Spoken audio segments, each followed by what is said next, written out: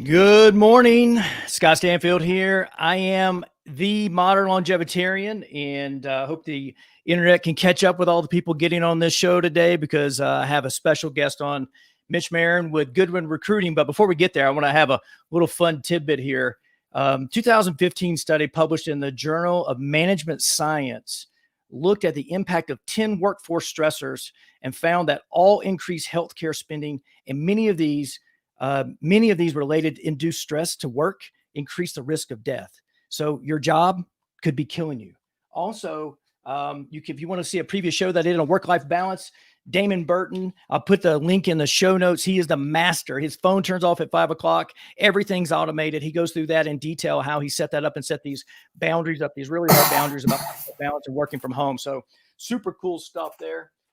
There was also, and I'm going through all these notes because I want to make sure I hit these things today because it was super cool stuff that I found about work-life balance. And it also has a negative impact on family. So the person, if they're super stressed out, okay, and they come home, think about the negative impact on family and how that can become part of the family's group personality, so to speak, and how it can impact things in a negative way. So there's been studies done on that. Well, you can Google that and search that. And so there's this quote: "When I was a 40-pound overweight fat vegetarian as a director of food and beverage at a hospital in Salt Lake City, I saw this quote and it changed me from the inside out." It was from the Dalai Lama. And it says, when asked what surprised him most about humanity, he answered, man, because he sacrifices his health in order to make money. Then he sacrifices money to recuperate his health. And then he or she are so anxious about the future, he or she does not enjoy the present. The result being he or she does not live in the present or in the future. He lives as if he's never going to die and then dies having never lived.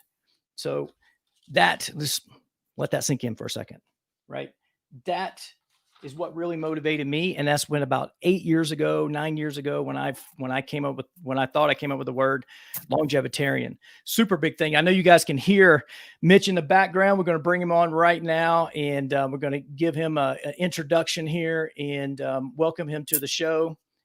So Mitch you are a club professional for many years, worked in the hospitality industry for a long, long time. And now you are working with Goodwin Recruiting. So I just want to first of all say welcome to the show and thank you for being here today. It is my pleasure to be here. Absolutely fabulous, and really looking forward to talking about what is really, I think, a very pertinent topic. So awesome. Thanks for having me. You're welcome. But everybody says that. If you notice that, every broadcast that you look at, everybody says, oh, thanks for having me. Well, I'm saying it. Thanks for having me. I appreciate it. Well, you know, it's funny. I do so much research for shows, especially the longer podcast. I mean, I did a lot of research for this show as well. As you can tell, I looked at multiple studies and looking up quotes and those type of things. It becomes a piece of me, you know, when I do these shows and I take it away with me. And this is super important. I have in my almost 30 years in hospitality used recruiters before to get jobs. And I know it's super important and made the process easier, made me better at getting jobs down the road. And it's also like having a team of people helping you do this. So we've got some comments in. So let's before we get into anything, let's just look at who we got here. We've got let's see, the first one we got. Let's say hey to a couple people. So we got Vincent. You can see this one here. Vincent saying looking forward to the great presentation. We've got looks like the original Gangster Hot Sauce corporate. Wow, this is amazing as well. So. Another one coming in from Todd, Go Mitch Go. So if you know Todd, and then I hope he's not referring to my age with Go Mitch Go. Other than that, I'm just fine. Bill Shea says right up your alley, Mitch. And then Larry Chestner says, go get him, Mitch. So you got a lot of fans out there. Well, those are just some of the 130 partners that I have at Goodwin. And the culture and what we do is I've never experienced it. I've never seen it in 40 years of working. It's culture second to none. We'll get into it a little later. Yeah. So let's get a little background. How you said 40 years in hospitality. I know you've done a lot of club professional things, worked in hotels, sales and marketing. So let's dig into your past. So, it's very interesting. I came from a restaurant family. And by the way, I have to give a special shout out. My mom is watching. And, my mother really knows absolutely zero about computers. And this morning we were able to get her laptop up. So, hi, Mom. So I wanted to make that shout out to my mother. So, my parents had a restaurant. They had a full service family style French service style steakhouse. And, when I was a kid, my father had me in the kitchen, had me working and such. And, I knew that's what I wanted to do. I love the fever. And I'm a giving, nurturing person anyway. So the thought of taking care of people is just particularly exciting. Went to college, started with Club Corp. And it was, Club Corp and, mentors that I had out there like John Delcamp, if he's watching, have had really had a profound influence on me. And I loved the club. I loved personalizing. I loved customizing. I loved knowing that there were, a limited number of families. And if I was going to be really good at this, I would know what they wanted and I'd perpetuate that. The things they didn't want, I would minimize. And so, I was a club manager for 35 years and got out in 2009. The market kind of went south. And so I'm staying at a hotel trying to figure out where I'm going to go, what I'm going to do. And the general manager of the hotel comes. He says, I did a little snooping on you, and I'm going to make you an offer you can't refuse. He says to me, we've got 10,000 square feet of banquet space. I'm going to give you X and Y if you fill it up. So it turned out to be just a tremendous opportunity. Loved it. But unfortunately, the hotel was in receivership, got sold. Ended up spending the last part of my career with Hilton and spread the light of warmth and hospitality, which really is what I've done my entire life. The interesting thing about that is I was placed by Goodwin. And actually, I'd been placed previously by Goodwin. And a really special shout out to Phil Arena, who was my recruiter then, who is still with Goodwin, and we get to do a lot of work together. So I've always appreciated Phil's friendship and his guidance over the years. And so I got to experience, Goodwin twice. And really, for that matter, throughout my entire career. I used a professional search firm throughout my career because who wouldn't want to have an advocate? Who wouldn't want to have somebody that's going to help coach and mentor and guide you? And I don't care what point in the process of your career you're in, having somebody who's there to guide you and coach you, I felt was beneficial. And so I went through that process. And so after Hilton ended, I had gotten married. Shout out to my wife, Carrie, who I think is watching. She said to me, you know what? You've got the perfect job if you hate your spouse. Because I was never home. I was always traveling. I was always working. I really was never home. So I was at that transition point in my life where I thought, what do I want to do? So the truth of the matter is that I was going through the process with another company. And I called my recruiter. I called Phil and said, what do you think? Without saying to you exactly what he said, the crux of it was, why wouldn't you do that for us? And I thought, oh my gosh, you're so right. So because I was where I was in the process, I was fortunate enough that I got to meet with some great people. I got to meet with Alan MacArthur, who's one of our regional directors of recruiting, and I got to meet with Jessica Diamond, who's the vice president of training and development, and finally Alexa, gosh, she's going to fire me now. Allegra Highsmith, who's the vice president of recruiting, and I was lucky enough that I was accepted into the family, and I use that word family because that's exactly what it is. And it has been nothing short of magnificent. And to be relevant at this point in my career and be able to take care of my guests, because that's what I'm doing. I'm still taking care of my guests. I'm not just bringing them a cocktail and a steak. I'm bringing them career wellness. Right. For those, especially in today's world, I'm helping to mend, to heal somebody's career.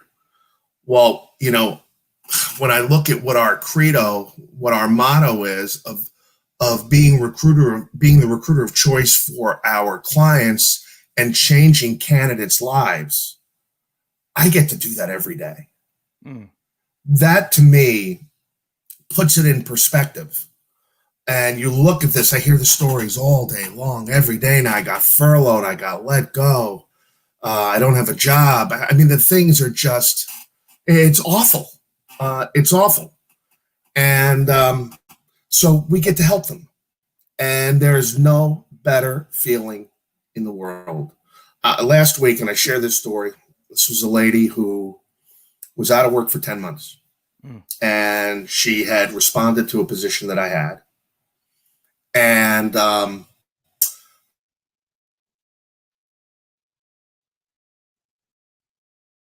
with that said, one day had 3 opportunities for her. She was hired by a club and wrote me a note that was, I mean, it was very, very humbling. But at the end of the day, in her note, she talked about how we changed her life. That is the reason. And I think for so many of our partners, and, you know, we can get into, if you want to, we can talk briefly about Goodwin, but at the end of the day, all of our partners, the vast majority of them were all in operations with whatever discipline, whether it's hospitality, accounting and finance, manufacturing, engineering, and senior living, they were all in operations. So they all get it. So when we're, you know, so we all are about changing candidates' lives. Mm. So and go ahead. Well, I mean, you and I mean, this system will record us for 4 hours, so we've got plenty of time to go, right? You and me. but you and I will order pizza for everybody on. We'll just stay here. It's okay. So it's exactly. Friday. The people in Australia, it's Saturday morning for them, right? You know, we'll just have some eggs sent over for them or something like that. But absolutely. But my point is this, right? Is that a lot of people were furloughed back in the end of March, right? And they haven't had a job since, and they're open to work. You being one of them. I was furloughed on March 22nd. I was in Santa Monica, general manager of a restaurant across the street from the Santa Monica Pier. And you know, I was expecting it to be just a couple weeks like everybody else. And Modern Longevitarian was a domain name I bought almost 9 years ago. And now it's my pivot, right? I can say I started this during, you know, in 2020. But my point is, you know, why would someone, you know, like me, right? Or someone who's looking for a job that's never worked with a recruiter, what is the benefit of saying, Mitch, you just got this lady a job, she was unemployed for 10 months, but what other types of things happened with a senior recruiter, a coach, or any of those type of things that would be a super benefit to say, yes, I want to go contact a recruiter this afternoon. I'm going to call Mitch or send him an email and try to get going with a job. I think there are a number of things. Number one, you know, we have access to positions that others don't. We have active candidates. We also have passive candidates. So the benefit is not only are we going to find opportunities, we are really going to get to know you. Every one of us spends a significant amount of time talking to a candidate, meeting them, if we can't meet them in person, meeting them on webcam so that we can see their image and get a sense of who they are, where their passion is, what they love to do. I mean, that's important to me. I don't want to send somebody out on a job interview. I want to send somebody out to talk to somebody who wants to look at their lifestyle, look at their career wellness. Right. I mean, who wants to go to work just for a job? Nobody wants to do that. Right. When I was a club manager, I always said that what I did was a lifestyle. I went to the club 6 days a week. Mm-hmm. That's what I did. And so when you look at it that way, by the time we are sending those candidates to a client, for a client, it's like a second interview because we have gone through the process. When I'm talking to a food and beverage director, I'm talking to a chef, we're talking to an entry-level manager, or we're talking to a food service director, an executive director with senior living, a production manager, whatever it might be. we are really wanting to find the ideal role. We're not looking to send resumes to a client and waste their time. We're not looking to do that for a candidate. So the genuine caring, I can't be more genuine when I say this because I live and breathe it every day. 2018, I was very fortunate enough. I was the brand ambassador of the year, or I should say the co-brand ambassador of the year with Todd Esterline. Well, that meant more to me than anything that I did, because that really represented who Todd and I are, and the subsequent folks who have been that are. They exemplify what being a professional is. So that is the benefit for a candidate, is that when you call me or any one of my partners, you're going to get somebody who is genuinely going to take an interest, genuinely going to care, and going to genuinely have the right opportunities. And you know what? If we don't, we're going to be honest and upfront and open, and we're going to say, hey, you know what? Today, I don't have anything for you, but that doesn't mean tomorrow we won't. Right. See, I believe people love honesty. They don't want to be strung along.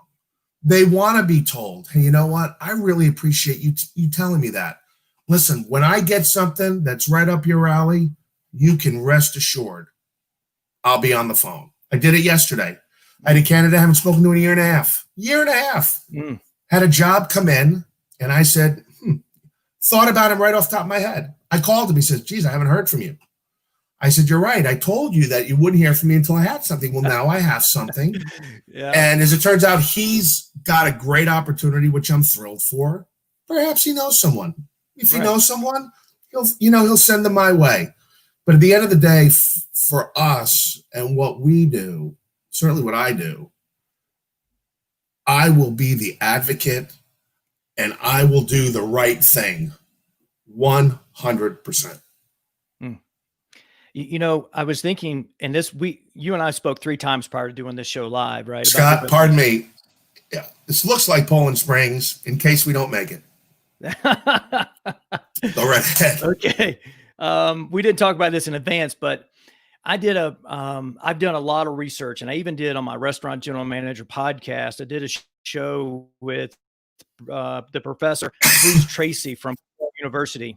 He wrote a study, co-authored a study back in 2006 about the true cost of turnover. And I started thinking, because we've mainly talked about, and I'm, obviously as a candidate looking for a job, you're in between the candidate and the employer. So knowing that, with inflation, average cost to turnover an employee in the hospitality world is about $7,000, right? And I'm rounding there. For someone like a GM or, executive chef, it may be more in the $10,000, $15,000 type range. But so what, when a company on the other side, say, flips, when you get them a candidate as a really good match, are you seeing, there's any data or seeing anything where the companies that work with you, their turnover rate for these high cost positions is going down? I don't think we see the turnover nearly as high on general manager, DO, C-level positions. The turnover, I think, really is on the lower level, entry-level restaurant manager positions. Mm-hmm. Having said that to you, I think what's really interesting, because this just happened with a client, candidate that we had, yes, their market closed, but we had gotten some feedback on the candidate. And so what was interesting is, in the feedback I got from the candidate about some of the deficiencies in this particular company, I think it's important to know that in the same way that we would be honest with a candidate, we're going to provide that feedback to a client. Now, sometimes a client could just say, well, you know what? Have a nice day. Right. Most of them aren't going to do that. Most of them are going to be, wow, they didn't like the fact that we really don't train. We don't have a proactive training program. Because at the end of the day, people want to be directed. So I think that, and getting back to your question, we don't see the turnover as much, at least I don't, certainly in the country club world, we don't see that. And I think we don't see it just because you have to give that general manager ample time to see where the lights are, because after 3 months, you don't know where and the same thing as a general manager of a restaurant. You don't know where the lights are. You're getting to know your team. If you're in a $7, $8, $10 million restaurant, you really need 6 months to a year to be able to get a handle on your restaurant, on your culture. Because let's face it, culture in today's world, that is the number one buzzword, is culture. Everybody's looking for culture. Right. And so I don't think we see it as much at the higher level. And I think part of that too is because the skill set involved, you're at that point in your career where you get it. Right. And you understand.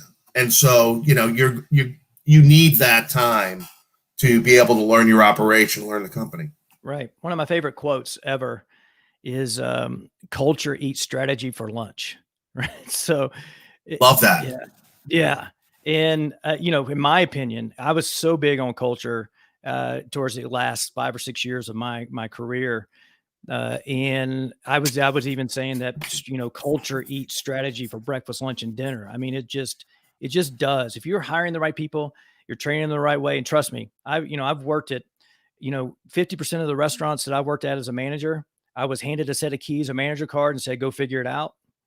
And then I had some, you work for bigger companies, you're going to have manager and training programs. When I worked for Ruth's Chris, I had a 5-week training program. And then I did 11 to 12 weeks when I worked for Del Frisco's Grill. And people want that. People crave that. This particular candidate that I was talking to wants that structure, wants to do it right. And I think the reason why turnover exists is because clients and companies, whatever sector you're dealing with, don't take the time to equip their team with the tools necessary for success. It's interesting. I think of a couple of clubs that I had over my career where they wanted me to fire the chef or they wanted me to fire somebody. And at the end of the day, I realized that it wasn't them. It was their surroundings. It was the culture. You can have the greatest place in the whole wide world, but if it's misery, and misery loves company, if it's misery and no direction, you're not going to be successful.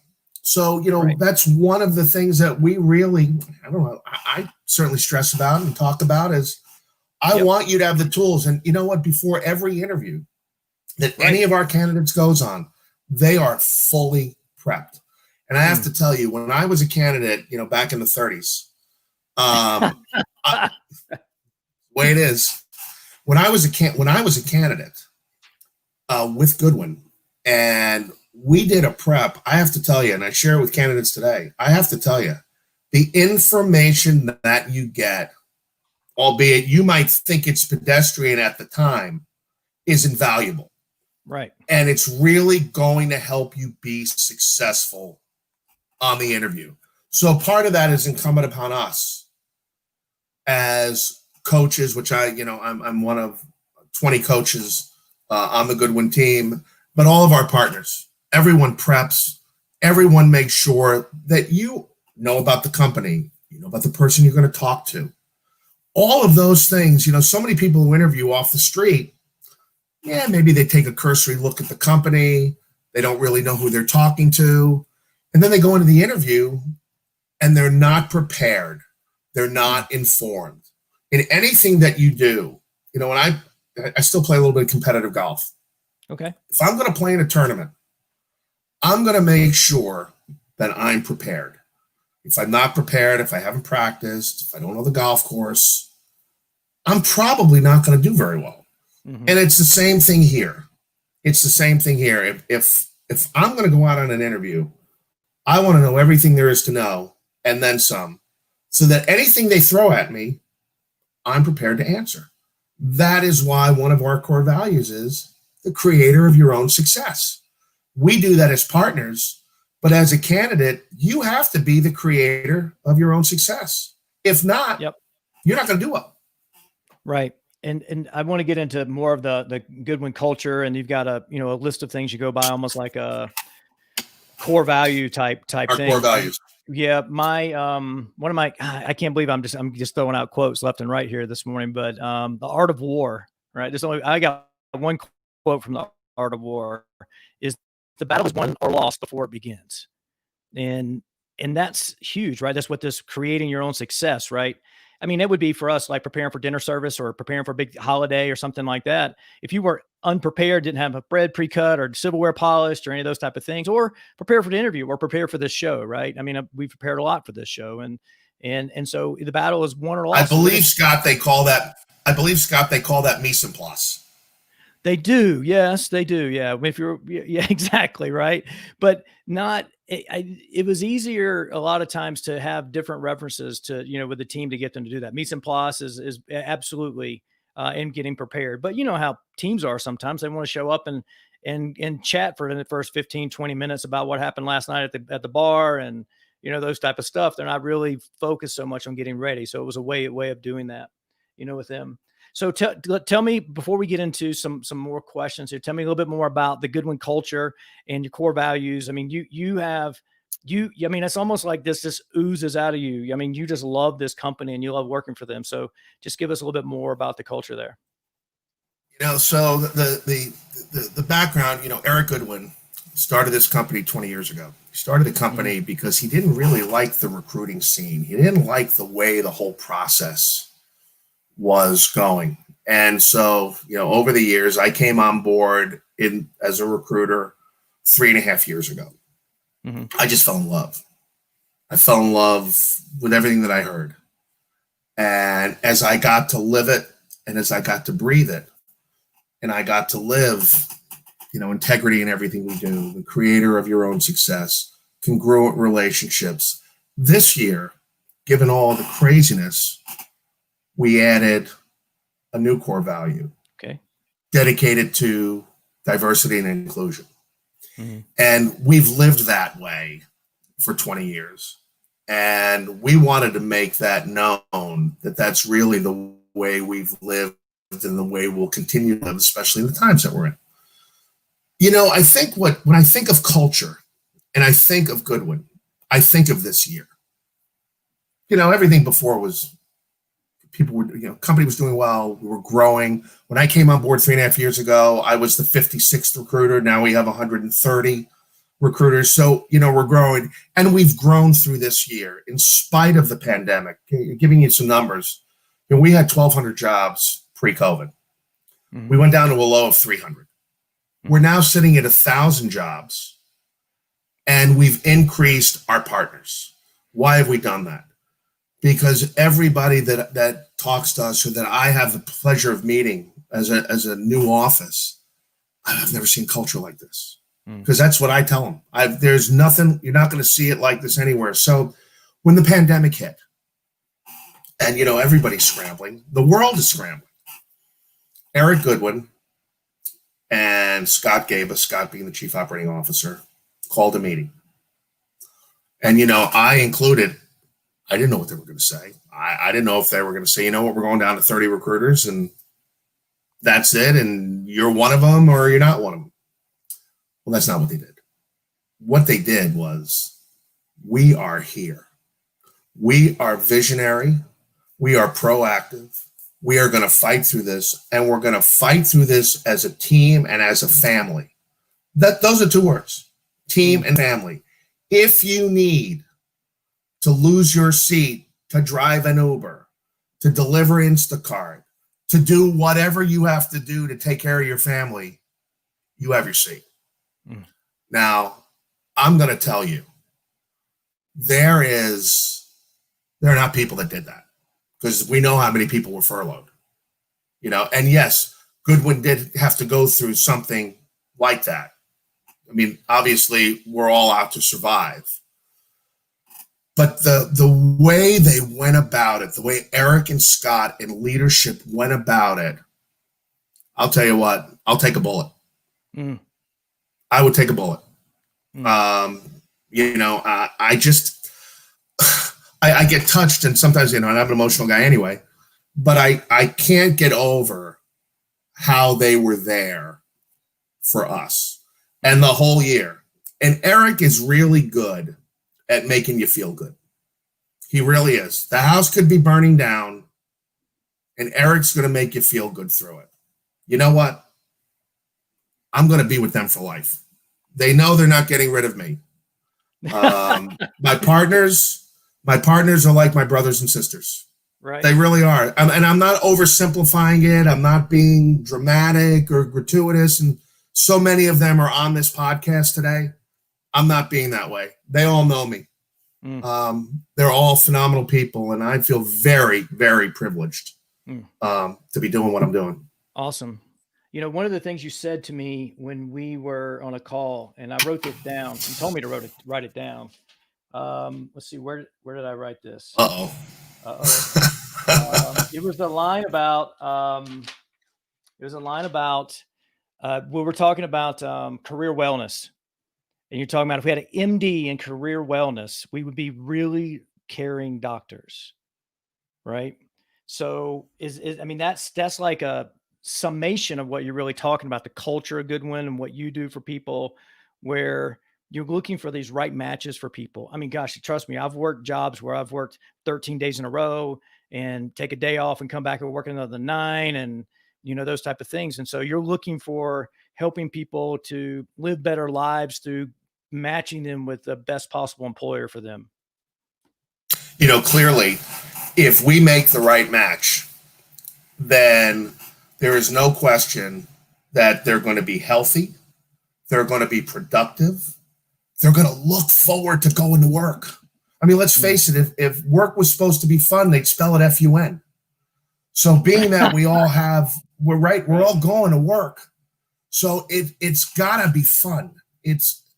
So it's lifestyle. I said that earlier. You know, my job going to the club was not, oh, geez, I got to even go to work again. Never in so many years did I ever do that.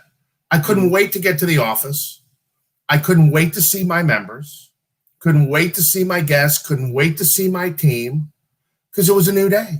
Something different was going to happen. Something exciting was going to happen. If something negative happened, then we were going to meet it head on, and we were going to take care of it. Right. So exactly. So you're right. It's, you know, I think we are doctors in a way. I think we are doctors, and we have the ability to provide that prescription being that next new mountain to climb. And as long as they do what they're supposed to and they take it every day, they're going to be able to work longer. Because let's face it, we're all living longer. So if we're living longer, we're going to have to work longer. Right. And we talked about that just prior to the show. We were talking about the economics of retirement, how that's looking as, you know, you used to, you know, with a life expectancy of say 72 or 74 years old, you know, you retire at 62, you got to really plan for like a good 10 years and then start, you know, putting down the landing gear and go from there. Right. Now it's like, as lifespans are extending and health spans are extending, you know, there's some people who are starting new careers in their 60s and things like that, and really not looking at slowing down at all. So, and that's a piece of it, because, you know, I even ran across a study this morning and it was talking about the difference. I know France has got a different type of government than we do, and we're not going to talk politics here, but they went from I think a 40-hour to a 35-hour maximum work week. And they started looking at how much they exercised before and after, and exercise went up, health went up, you know, healthcare bills went down, you know, those stress went down, those type of things, you know. So for some of us in hospitality, 35 hours is a half a week, right? It's not, you know, it's really kind of an interesting dynamic, you know, for that. But I know that it's super, I lived it, and you lived it too. I know that stress is a super important piece of the whole health span and lifespan puzzle. Well, you know, it's interesting, you know, you talk about health span, you know, one of the big things, you know, when I came up, you know, it was never quality of life, right? You know, when I started, you know, the chef would have, you know, 100 pounds of onions, 100 pounds of potatoes, and 100 pounds of carrots. And they'd say, go peel them. Right. Now today, when we ask them, you know, what are some of the most important things that you're looking for? Invariably, quality of life. I've got to have quality of life. You have picked the wrong business. Right. I always tell people that, you know what, if you want quality of life, get a job at a bank, working 9 to 5. You have all the quality of life that you want. Right. I viewed quality of life different. You know, so people say, oh, thank God it's Friday. You know, thank God it's Friday. Friday's when I first get going. Right. That's when it's busy for me. Right. That's when I'm going to be working the most. Mm-hmm. So it's funny. I get quality of life, and certainly the world has changed that now that's important. But the quality of life should be the time that you spend with your team, your professional team, and your personal team. There's no question. Right. And, we're all about balance today. I have never been about balance in my life.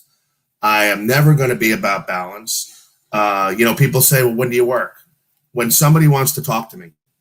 Somebody calls me Sunday afternoon at 4:00, I'm open. Somebody calls me Saturday night at 11 o'clock, I'm open.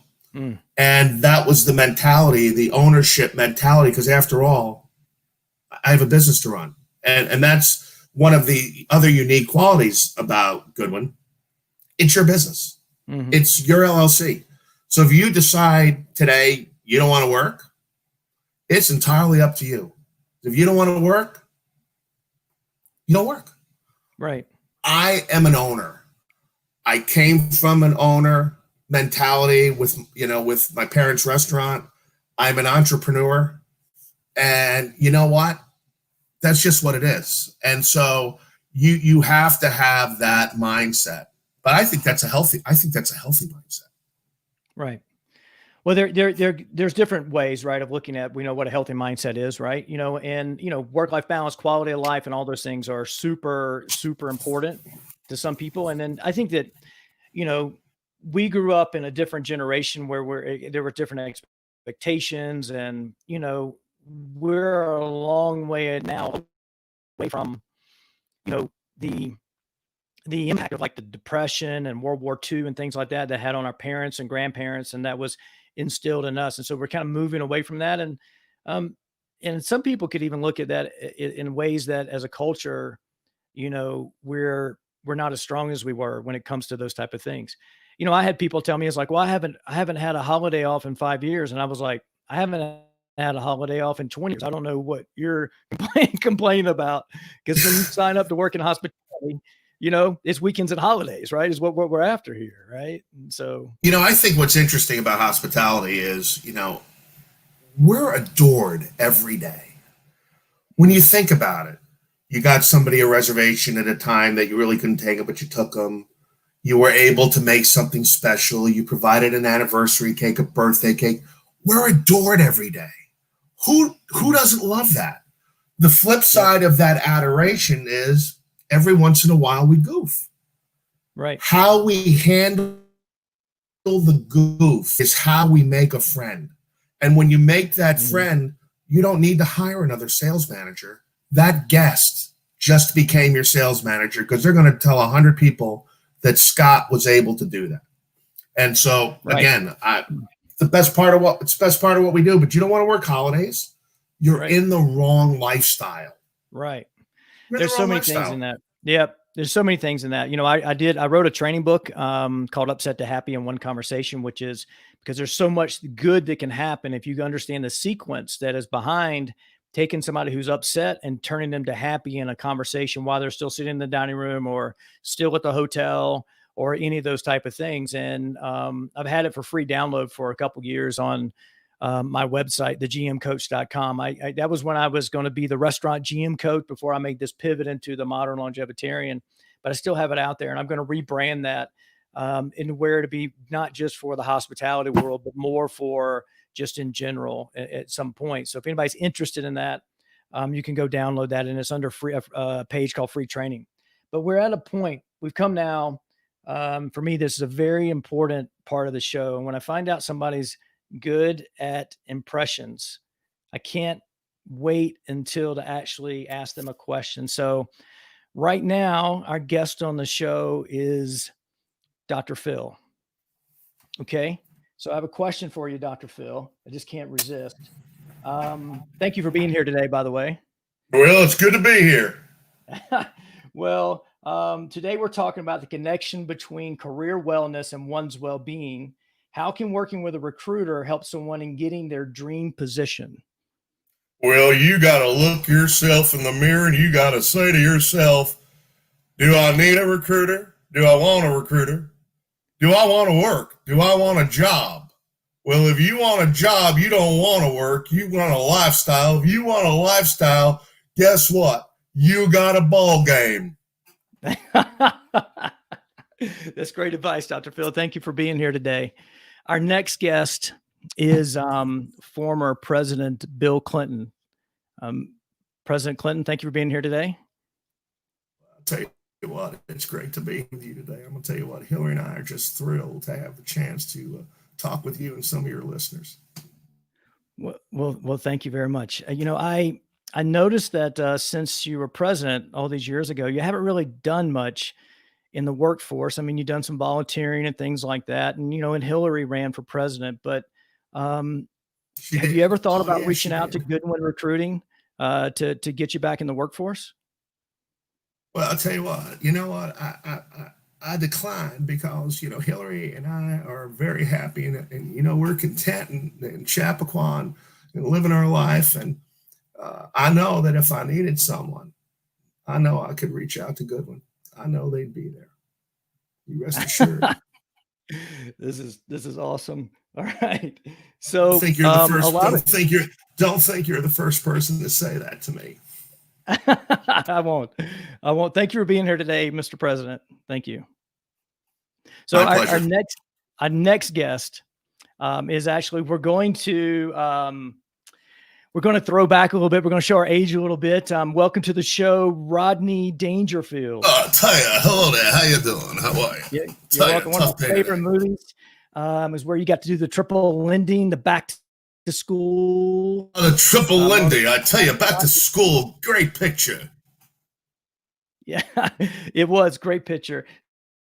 So you've all for years, you said that you don't get respect. Tell me how recruiters maybe this lost piece between the candidate and the employer, and where the respect comes in that connecting the two.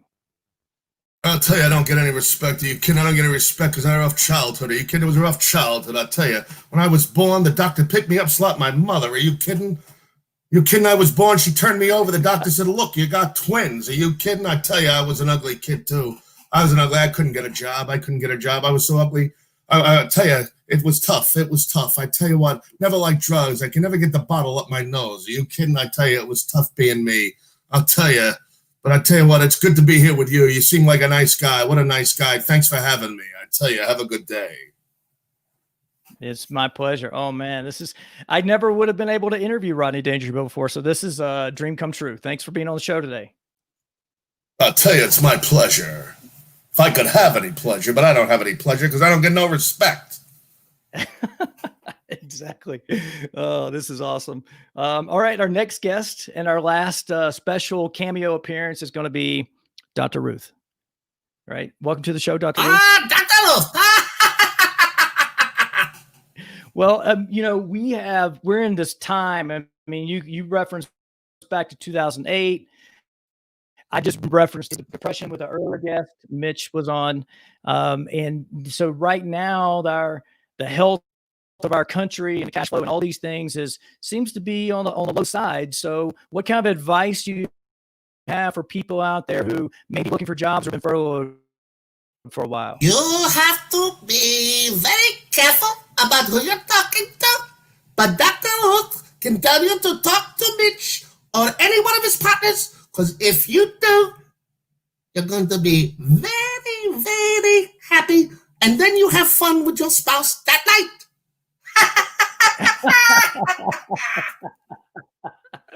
Oh, wow. Well, Dr. Ruth, thank you for coming on the show. Oh, you're a nice boy. Thank you. Oh, well, Mitch, welcome back to the show, sir.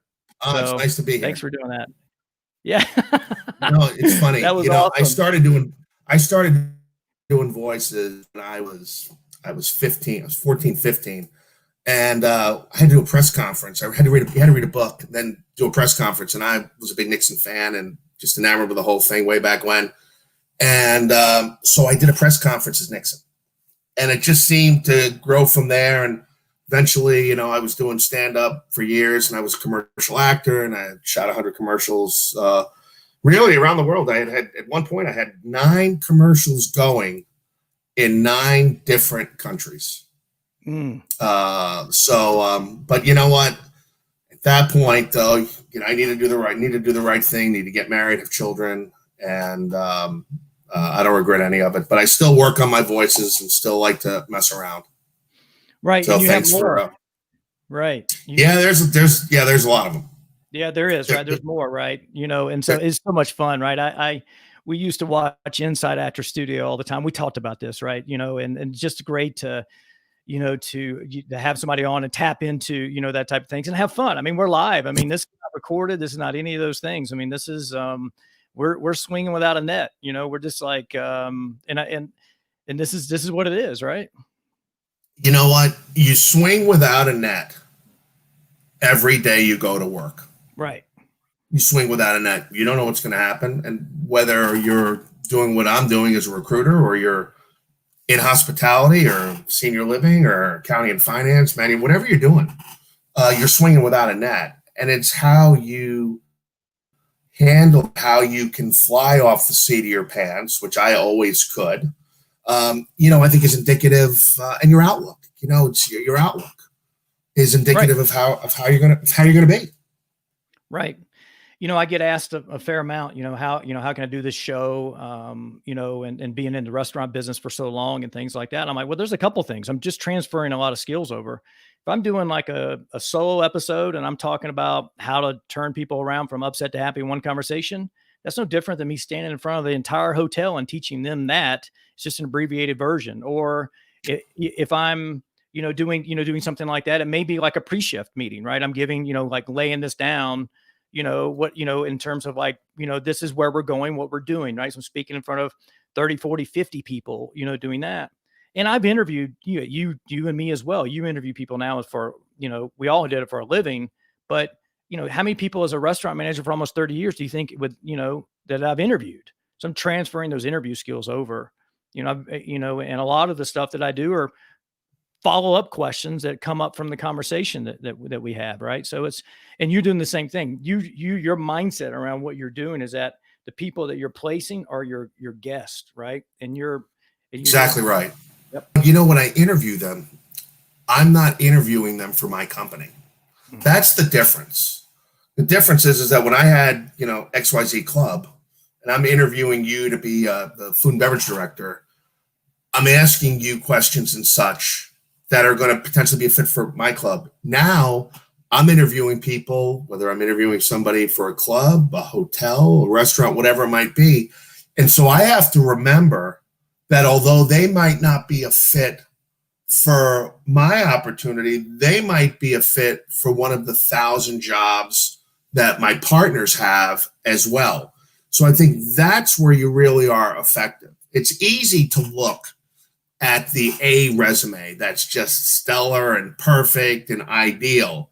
It's when you look at that resume where there are potentially some challenges, mm-hmm. and how you could take those challenges, or in essence, make, lemonade out of lemons, right, and find them an opportunity. Well, let me tell you what, there's nothing better than that. Mm-hmm. That's when you really did your job. Right. That gives you, there's so many parts to it, but that's particularly gratifying to me is when I could take that candidate who maybe tenure's not great. They maybe got out of the business for a short time, but then you talk to them and you're like, somebody's got to talk to them. They right. did what they did because at that point in their life, it was appropriate for them to do that. But then when you can reach out to a client and say, look, you got out of the business, wants back in, spend 15 minutes. Right. I think it will be the most worthwhile 15 minutes of your day. Right. And then they get hired. That's right. Really great. That is. So are you seeing with COVID, like people like maybe in my shoes been furloughed since, into March, right? Things like that. Oh my gosh. Every day. And you almost get depressed. Right. Hearing the stories because they've got families, mm-hmm. they've got children, they've got college, they've got whatever they have. And it's heartbreaking to listen to the stories. And who wouldn't it be incumbent upon to want to help? And again, that's my nature of who I am. Right. And I did it my whole life. And so to be able to have the chance at this point in my life to change people's lives, there's nothing better. Right. So are you seeing the employers on the other side? Are they being a little bit more lenient because there's gaps in the resumes than before? Not necessarily, because there are so many people that are out there. Mm. I think it depends on the relationship that you have with your client, the trust and the credibility that you have with your client, to where you can say to a client, I have one in particular that I can think of, where I'll say, hey, look, do me a favor. All I want you to do is take 20 minutes out of your day. That's it. 20 minutes. Because I'm telling you, and they all know me. They know I'm genuine. I'm not trying to sell, because I don't. People say to me, oh, you're selling something. I sell nothing. I sell zero. I have a job that I think I'm a matchmaker. That's right. Mm. I have something that I think potentially you'd be great at and that you want. If you don't want it, it's okay with me. It's going to be somebody else. So I don't think clients are being more lenient. I do think the relationship, again, that you have with your client will be indicative of whether you can get a candidate in front of them, just because you know what they're looking for and who the candidate is. Right. So as people who have been out of a job for a long time, I mean, a way for them to get a job that they wouldn't even a job, because you may have jobs listed within Goodwin that aren't even on Indeed or any of those other places that you might find them. And then B, may get them their foot in the door with a short interview or within a full interview, either way, because of the recruiter's relationship with the employer on the other side, right? You know, all from the outside, all a candidate has is if they've written a cover letter. Right. I'm the cover letter. Right. So, you know, when I call another partner to say, hey, look, Scott Stanfield is dynamite. He's been out because of COVID.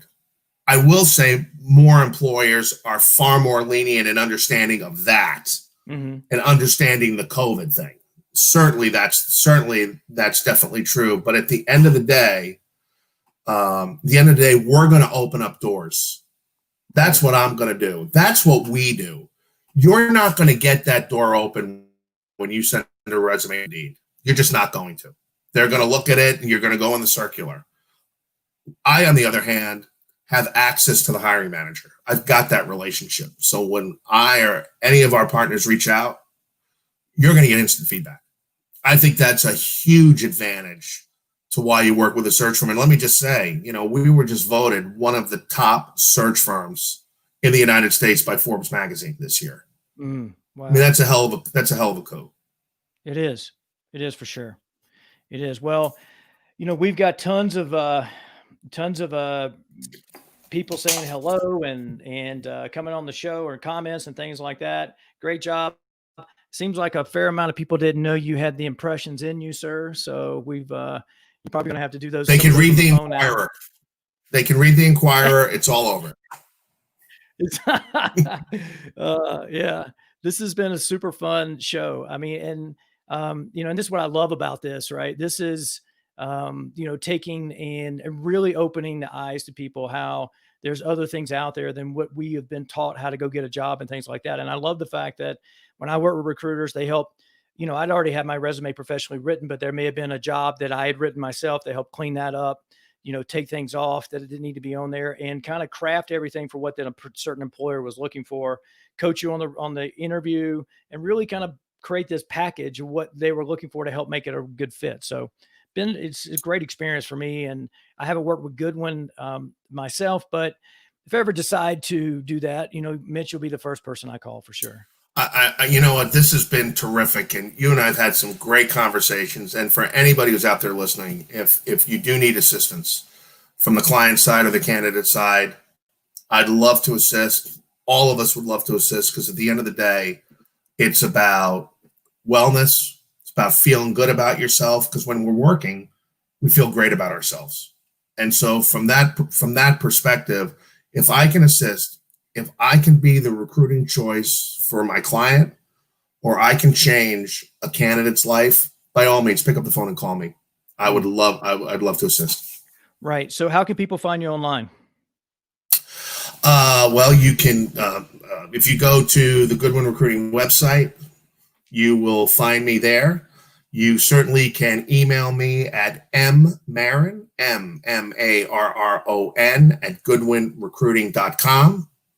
And I would absolutely look forward to a call. Let me also take this opportunity to wish all of you out there the happiest and healthiest of holidays, and just nothing but lots of good fortune and good health as we get into 21. Yeah, absolutely. And I happy holidays for everybody out there. We've already had Thanksgiving, which is, with COVID and the second wave has been, an interesting piece of the puzzle, and all the things that are happening, in our country and around the world today is, and lockdowns and those type of things. And so family's by far the most important, which is the whole point of career wellness, which is why we, built the show this way. And it's been so much that is going on. And also, Kate helped behind the scenes. We had on the phone with her earlier this week. So I want to say thank you to her as well. And it's been super fun. And I hope your mom enjoys seeing you and see you do the impressions and those things as well. I don't know about the impressions, but I hope she enjoyed it. Well, you'll always be her son, right? As all we. Can I tell you one quick story? Just share one quick story. So, I was doing a cooking demo in Kansas City years ago, and my mother and wife were sitting in the audience, and I felt compelled to share with them about who taught me everything about cooking. And with that, I asked my mother to rise, and I had told my mother that by no means, my mother did not teach me one thing about cooking. My mother makes reservations for dinner. That is about it. That's funny. I like that. So anyway, but this was terrific. I really enjoyed it, and I really appreciate you having me on. Yeah, and I hope for your viewers it was beneficial. Awesome. Well, I'm going to tag some show. I guess I got 4 guests next week. I'm going to mention these real quick. One is actually, well, there's really good ones. The first one is Monday. It's going to be Emily Fitz Randolph. She is a certified teacher in transcendental meditation. And she's at the Santa Monica Center, where I trained in transcendental meditation back just over a year ago. So December 5th was a year I've been meditating in that particular style. Longer than that, but that particular style. She was actually on the Restaurant General Manager podcast, and one of my most listened to podcasts to date, and continually gets listens day in, day out. So it's Find Your Zen with Emily Fitz Randolph. That's going to be a great show on Monday, because we're going to carry on the conversation. Tuesday is going to be host and founder of Love Wave Live, Joe Atiliig, and we're going to have him on, and he's part of the Spirituality Gone Wild Network, which I am part of as well, and so which is one of the broadcast partners that I have here. On Wednesday is going to be a solo show, Biohack Whack Wednesday, where I go over my human guinea pig experiments that I've done on myself while I was working in the restaurant world, some after, but mostly in the restaurant and hospitality world. This one I'm going to go over because it ties into Friday's guest, is my experiment of taking iodine, Lugol's iodine, high doses for 1 year. And because I have on Friday, and I'll get back to Thursday in a second, but Friday, Dr. David Brownstein, MD, also one of the most profound holistic and functional doctors in the country. He's written over 21 books, over 20 books. And my 2 favorites are Salt Your Way to Health and Iodine, Why You Need It and Why You Can't Live Without It. And then Thursday, from the Making Dough Show podcast, which is a restaurant podcast, Inga Stanfield, no relation. She's in Texas. Her and her husband own a couple restaurants, and we've been trying to get together for a long time, and finally got her scheduled on the live show. So I'm super excited about next week's shows. And with everybody here, I want to just let everybody know what's coming next week. And so, Mitch, do you have any final words for anybody out there as we're hitting the hour mark? You know what? Make it a great life for yourself. Career wellness, having a great job, looking forward to a place where you go to work, looking forward to knowing that there's people here that can assist you. And if you need that assistance, by all means, reach out to me. I'd love to assist. Happy holidays to everybody, and lots of good health as we enter 2021. Absolutely. Mitch, thank you for coming on the show. It's been a pleasure. My pleasure. Been fun. One of the most fun shows I've ever had. And we'll have you on. Let's do it again. We will do it again. To date, I've been doing, this is actually show number 47. And I have had 0 repeat guests at this point, other than myself, right? I've had myself as a guest, but 0 repeat guests. But you might be one of the very first repeat guests we have on, because it's been so much fun. Love to do it. Happy holidays, everybody. Happy holidays. And I'm going to roll credits right here. And so if today's your Friday, I hope you have a great weekend. Cheers.